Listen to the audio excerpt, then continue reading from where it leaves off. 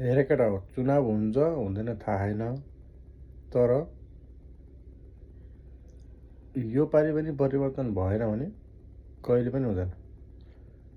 छोराले पनि आफूले दुःख पाइयो, छोराले पनि दुःख पाउँछ, नातिले पनि दुःख पाउँछ। यो पालि हामीले चुनाव गर्दाखेरिमा परिवर्तन गर्न सकेनौँ भने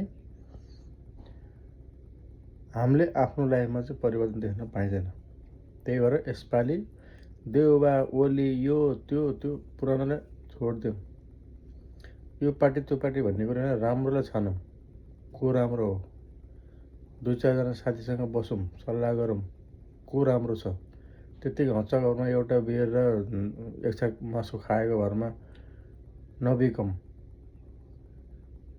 खाना र खाइदिउँ, टन्नै खाइदिउँ, केही बाले भने नि खाना खाइदिउँ मात्रै भनौँ। भोट हाल्ने बेला जाँदैन के सँगै त्यो मान्छे खानिदिएको मान्छे। भोट हाल्ने बेला चाहिँ ड्याङ्ग लाएर ठोक्ने हो यसपालि। यही हो बेला, बुझ्यो नि।